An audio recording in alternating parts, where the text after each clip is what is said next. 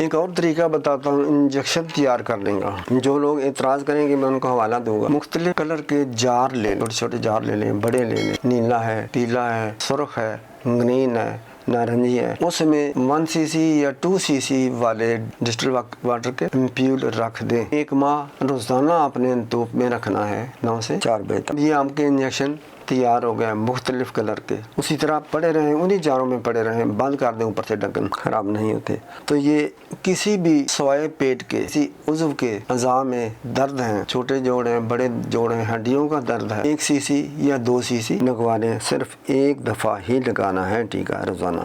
20 سال پرانا بھی دردوں کا مرض ختم ہوتے دیکھا گیا ہے سرخ رنگ کے انجیکشن سے. سرخ رنگ کے انجیکشن کی میں صرف یہاں بات کر رہا ہوں. تو یہ انجیکشن کسی ایکسپرٹ آدمی سے لگوانا پڑے گا مسل میں. اللہ کریم رحم کرے گا، شفا دے گا. یہ چھوٹی چھوٹی چیزیں میں آپ کو بتا رہا ہوں، لیکن یہ لاکھوں روپیوں کا ایک نسخہ ہے. السلام علیکم ورحمۃ اللہ وبرکاتہ.